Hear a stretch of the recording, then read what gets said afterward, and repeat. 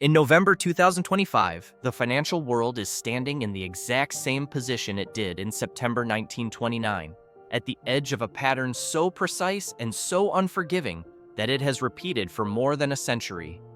And now, that pattern has returned. We are officially in Stage 5, the point where markets sit at or near all-time highs, where optimism becomes absolute, where every warning is dismissed, and where the mathematics quietly prepares the next chapter.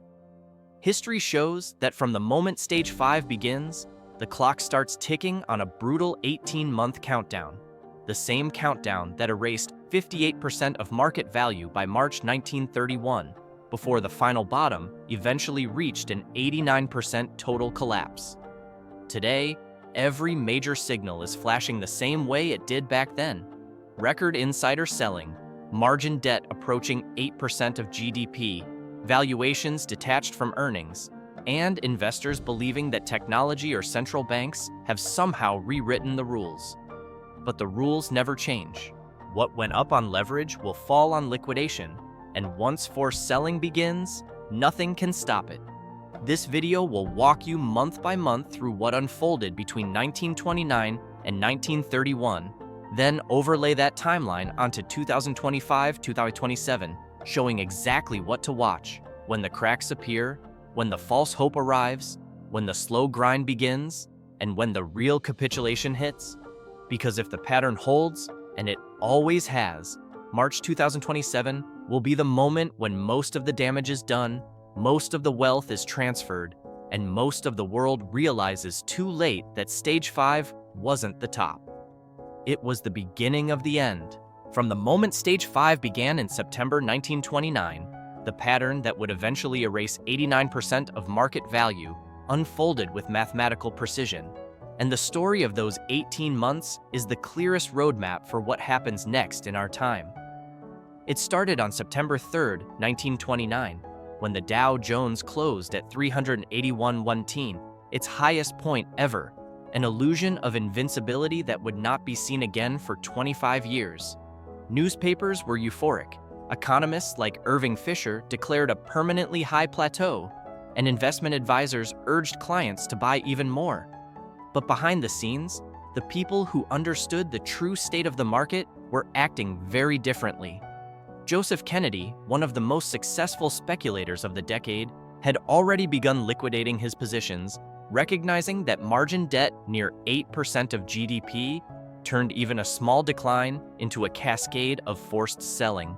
Bernard Baruch, another legendary investor, converted his holdings into cash and government bonds. Having seen the same psychology, mania, certainty, and denial, before earlier collapses like 1907. Even British banks, which had survived the South Sea bubble of 1720 and the railway mania of the 1840s, quietly dumped American stocks in August 1929, understanding that when valuations become completely detached from fundamentals, gravity always returns. Then the timeline accelerated. October 1929 opened with heavy volatility, massive volume that professionals instantly recognized as distribution, where smart money sells to dumb money. On October 18th, the market dropped sharply, recovered, then fell again on October 21st and October 22nd, building pressure until October 23rd, when panic officially began. The nation watched as top financiers, including Thomas Lamont, Albert Wiggin, and Charles Mitchell, rushed into the J.P. Morgan offices to form a pool to support the market. They bought large blocks of blue-chip stocks, sparking a temporary rally that newspapers celebrated as proof the danger had passed. But all that weekend, thousands of margin calls arrived by mail. By the following Monday, October 28th, the market dropped 13%, and on the infamous Black Tuesday, October 29th, 1929, another 12% vanished. In 2 days, the market lost 25%, yet this was not the crash. This was just the crack, the moment when leverage finally began to unwind and the forced selling machine switched on. What followed in November and December 1929 was one of history's most dangerous illusions, the dead cat bounce. The market stabilized, even rose in pockets, and newspapers declared the worst was over. But beneath the surface, the real economy was deteriorating rapidly. Factory orders falling, industrial production declining, commodity prices weakening, and corporate earnings already past their peak in Q2 1929. By January 1930, the grind began. Month after month, the market slid. February down 5%, March down 3%, April up 2%, May down 7%, June down 10%. Meanwhile, the country watched unemployment rise from 3% to 8%. 600 banks collapse in the first half of 1930, and businesses slashed wages just to survive. Psychology broke before prices did.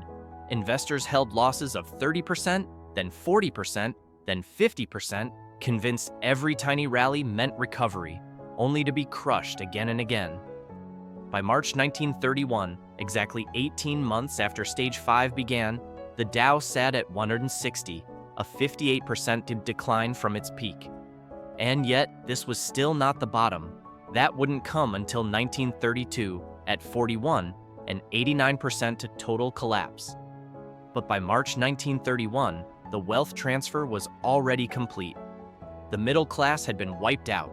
Those with cash, Kennedy, Baruch, the Rockefellers, the Mellons, were buying aggressively at prices 50 from 70% below their highs. This timeline is not a metaphor, not a theory, and not a coincidence. It is the 18-month crash pattern, and it is the foundation for everything that will happen between 2025 and 2027.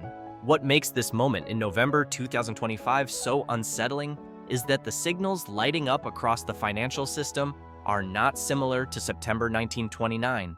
They are identical, down to the very metrics that preceded the collapse. In 1929, the smartest investors didn't guess. They reacted to objective indicators. And today, those same indicators are flashing in unison, telling us that Stage 5 hasn't just begun, it's fully underway. The first and most undeniable signal is record insider selling.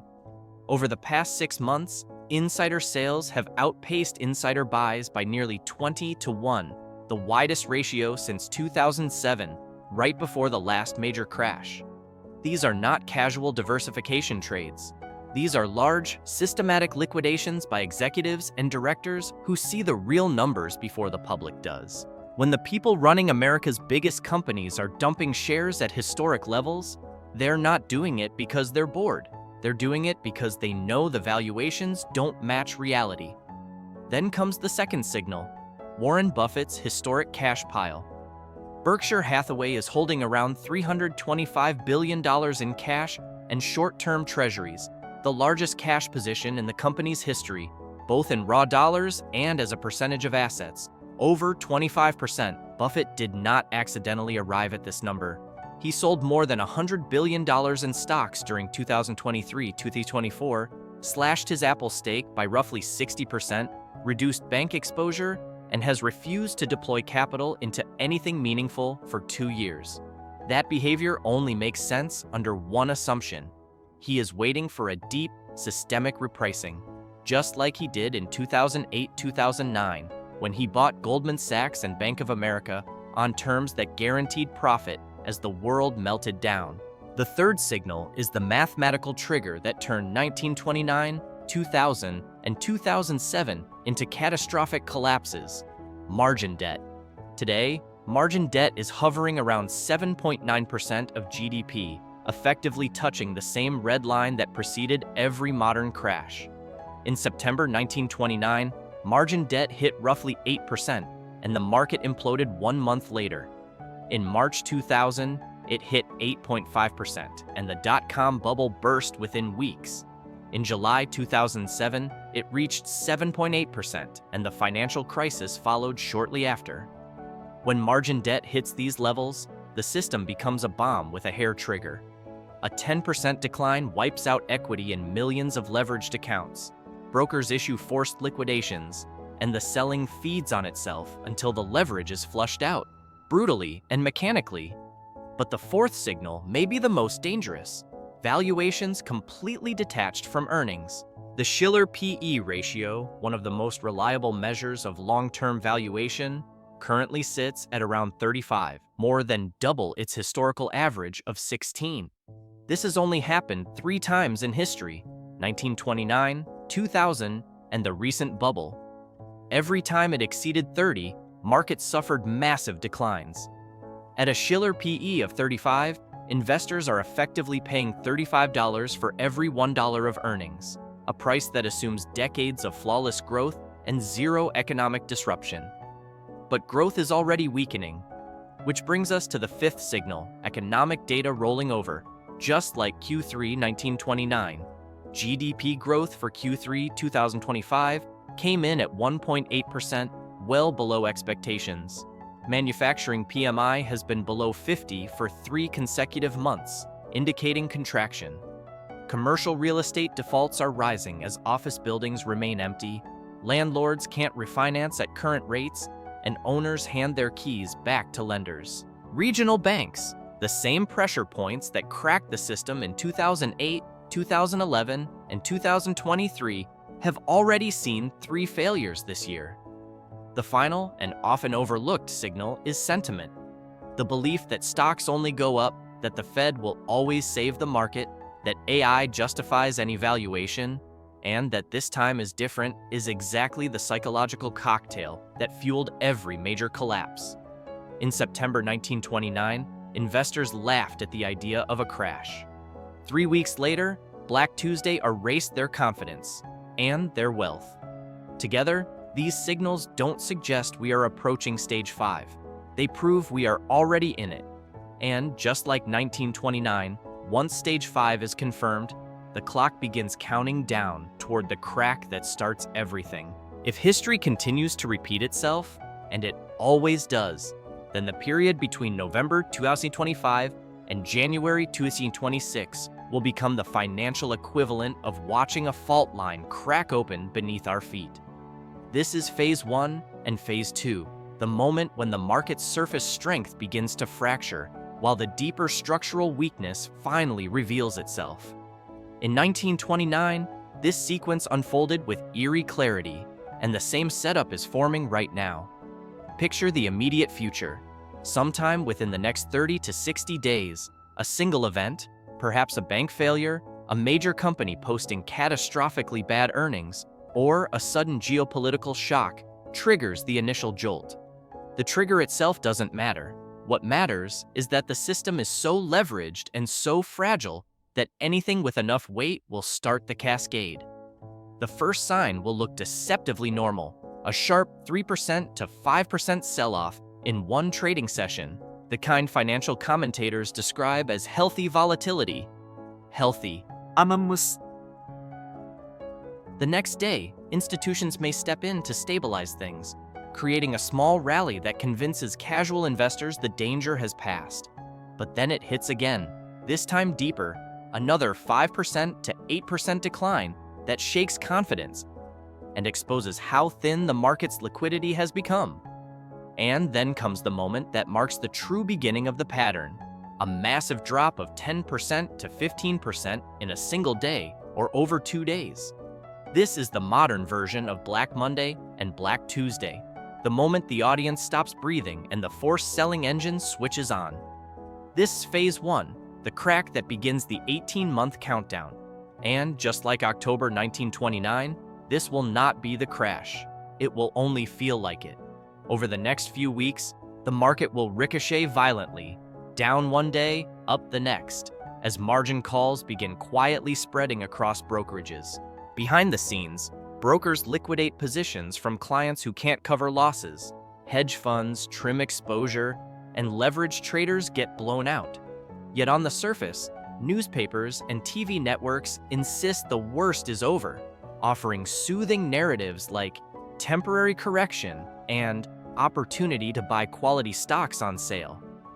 That leads directly into phase 2, the most seductive and financially deadly part of the entire cycle, the dead cat bounce.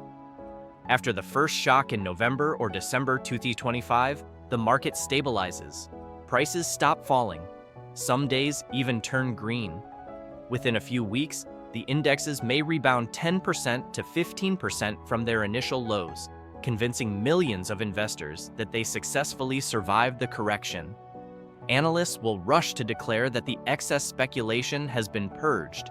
CEOs will express unwavering confidence, and financial commentators will announce that stocks are now attractive, discounted, or oversold. But beneath that thin layer of optimism, the same rot that destroyed the market in 1929 will be spreading again. Banks quietly absorbing losses from margin loans, credit tightening, businesses cutting orders, and early signs of layoffs emerging in fragile sectors. This is the moment that destroys more wealth than the crash itself, because investors mistake stabilization for recovery. In 1929, the people who bought the dip in November and December believed they were geniuses for purchasing stocks at 30% off. By the time the slow grind of 1930 finished tearing the market apart, those same positions had been cut in half again, and then in half once more. Many households ultimately lost 80% to 90% because they couldn't imagine the first decline was only month 1 of 18. The same psychological trap will appear in December 2025 to January 2026. The market will bounce, it will look safe, it will feel cheap, it will feel like an opportunity. But it will be a trap so dangerous that even seasoned investors will fall for it. And when that false hope fades, just like it did in early 1930, the market will transition into the most psychologically exhausting stage of the entire 18-month pattern. The slow, relentless grind, the multi-month decline that breaks people not with violence, but with fatigue and erosion. That is phase 3, and it begins the moment the dead cat bounce fails. When the dead cat bounce finally runs out of momentum between January and February 2026, the market shifts into the most psychologically destructive phase of the entire cycle. Phase 3, the slow grind, a stretch of time that doesn't feel like a crash at all, and that is exactly why it destroys more wealth than the violent moments ever do. In 1930, this was the chapter that quietly crushed the backbone of the middle class, not with sudden panic, but with relentless erosion, and the same blueprint is forming right now. Picture the first half of 2026. Every month brings a new low, not dramatic enough to dominate headlines, but just steep enough to drain confidence. February down 5%, March down 3%, April bouncing 2%, May dropping 7%, June falling another 10%. At first, people tell themselves this is normal, that markets breathe, that recovery is inevitable. But after 3, 4, 5 consecutive months of losses, the psychological weight becomes unbearable. This is the moment where hope breaks down more steadily than prices do. And beneath the market charts, the real economy begins to fracture in ways the public often notices far too late. Unemployment, which still sits impressively low in late 2025, begins rising, first to 4%, then 5.5%, then 7%, and by June 2026, possibly 8–10%, echoing the sharp rise seen in early 1930. Companies facing shrinking earnings and rising borrowing costs begin cutting jobs, not with dramatic announcements, but with steady, grinding waves of layoffs. At the same time, corporate earnings begin missing expectations quarter after quarter, and profit margins start to compress as businesses struggle with slower consumer spending and tighter financing. Meanwhile, banks, especially regional and mid-sized institutions, start feeling pressure as losses accumulate on commercial real estate, corporate loans, and mortgage-backed credit. In 1930, over 600 banks failed in the first 6 months alone. And while today's system has buffers like FDIC insurance, the math paints a sobering picture. The FDIC fund holds roughly $130 billion, while insured deposits exceed $10 trillion.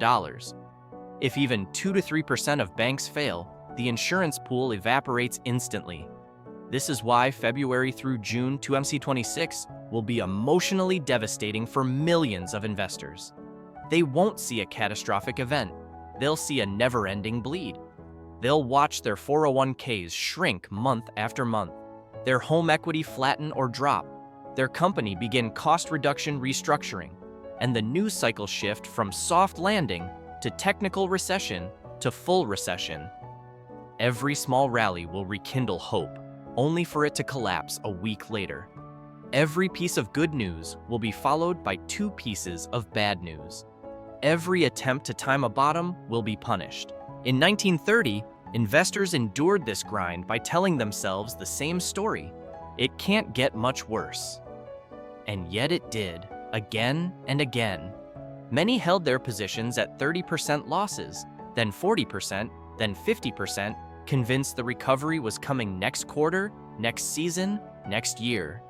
They didn't realize that the market wasn't resetting, it was unwinding leverage at a structural level.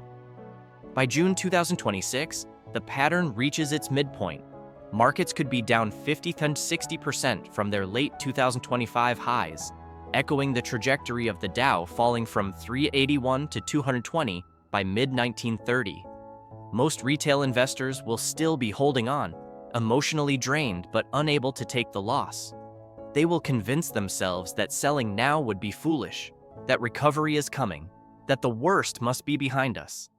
But it's exactly at this moment, when people are exhausted, when hope is thin, and when losses feel survivable, that the pattern moves toward its most violent chapter. Because the slow grind is not the end. It is the setup for the phase that finishes everyone who is still hanging on. And that next phase, just like it was in late 1930, begins in July 2026. The phase known as capitulation, when selling stops being a choice and becomes a necessity. By the time July 2026 arrives, the market and the public will be exhausted, financially, emotionally, and psychologically, and that exhaustion is the exact condition required for the final and most devastating phase of the pattern. Phase 4, capitulation, the moment when the slow bleed transforms into a freefall. This is the point in 1930 when the gradual decline suddenly accelerated into a violent collapse. Not because the fundamentals suddenly worsened, but because people simply ran out of the ability to hold on. In the summer of 1930, the Dow fell 15% in July, 12% in August, and 18% in September, a sequence so sharp and so relentless that it shattered every remaining illusion of recovery. The same setup is forming for July 2026 through March 2027, and the mechanics behind it are timeless. By this stage, investors are heavily underwater, funds are bleeding clients, banks are absorbing losses, businesses are failing, and the system reaches a point where everyone becomes a seller, and almost no one remains a buyer. In such an environment, prices don't simply fall, they air pocket, dropping through support levels with no bids underneath them. You try to sell 100 shares and discover the best bid is 15% below the last trade. You take it because tomorrow it might be 25% below. That is capitulation. And while the market collapses, the real economy descends into its own crisis. By late 2026, unemployment may surge to 12 to 15%, echoing January 1931, when millions of Americans stood in breadlines and factories shut down across the country. Modern society won't look exactly the same, but the underlying mechanics, corporate bankruptcies, mass layoffs, vanishing credit, and declining consumer spending, will create the same economic shockwaves. Companies once considered untouchable will suddenly become vulnerable. Just as Sears and JCPenney eventually collapsed, the coming downturn will claim corporations investors believed could never fail. At the same time, the regional banking system will be under extraordinary strain. The FDIC insurance fund, with roughly $130 billion, will be dwarfed by more than $10 trillion in insured deposits. If 2-3% of banks fail, a realistic scenario during systemic stress, the fund becomes insolvent. That means, even in the modern era, some depositors could lose money. Fear spreads faster than any virus. Panic withdrawals from weak banks will pressure stronger ones, creating a chain reaction not seen since 1930, when over 1,000 banks failed in a single year. By this point, financial markets will reflect the public's despair. January 2027, may bring headlines about surging foreclosures, collapsing commercial real estate, and giant corporations seeking emergency financing. February 2027 may see volatility so extreme that intraday swings of 8–12% become normal. And by March 2027, exactly 18 months after Stage 5 began in November 2025, markets could be down 60–70%, mirroring the Dow's 58% decline between September 1929 and March 1931. Individual stocks, especially speculative tech names, could be down 80–90%, some even going to zero. Retirement accounts will have evaporated, home equity will have collapsed, faith in institutions will be at its lowest point in decades. Politically, the country may face a surge of populism, protests, and demands for radical change, because when people lose savings, homes, and jobs simultaneously, society tilts. But in the middle of that despair, the pattern reveals its most important truth, the one that created the fortunes of the Rockefellers, the Mellons, Bernard Baruch, and Joseph Kennedy. Capitulation is not just the final stage of collapse, it is the beginning of wealth transfer. Those with cash, patience, and courage will quietly accumulate assets at 50–70% discounts. They will buy the companies that survive, the real estate that rebounds, the indexes that recover. This is exactly how generational wealth was built after 1932, and how immense fortunes were made by those who bought S&P 500 in March 2009, which surged more than 500% over the next decade. The capitulation phase between July 2026 and March 2027 will be the moment when the next generation of long-term fortunes is created by those who de-risked early, preserved capital, and waited for the chaos to peak. And when the dust settles at the 18-month mark, most investors will have been wiped out, but a small, prepared minority will stand on the other side of the transfer, holding the assets that everyone else was forced to sell. When the clock finally strikes March 2027, the end of this brutal 18-month pattern, most people will look back and say the same words spoken after 1931. No one could have seen this coming. But the truth is, the signals were loud, the pattern was clear, and history gave us the blueprint long before the decline began. From the moment Stage 5 triggered in November 2025, every warning, record insider selling, margin debt brushing 8% of GDP, Shiller P near 35, weakening GDP, and blind "this time is different" optimism, pointed toward the same destination. The crack, the false hope, the slow grind, and the final capitulation weren't surprises. They were the same chapters that played out in 1929, 2000, and 2008, repeating with almost mechanical precision. And now, as the market stands 60–70% below its highs, with the wealth of the middle class decimated and the transfer nearly complete, the only question left is which side of the pattern each person chose to stand on. Because this was never about predicting the future, it was about recognizing the mathematics that govern every leveraged bubble. You can either be the investor forced to sell at 70% off, or the one buying at 70% off. You can watch wealth evaporate, or position yourself for the rebound that history has always delivered to those prepared. If this breakdown helped you understand the cycle we're living through, hit subscribe so you don't miss the month-by-month updates as this pattern continues unfolding.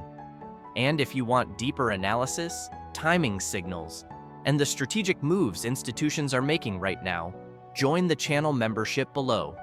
The next 18 months will define the next 18 years. Make sure you're on the right side of that timeline.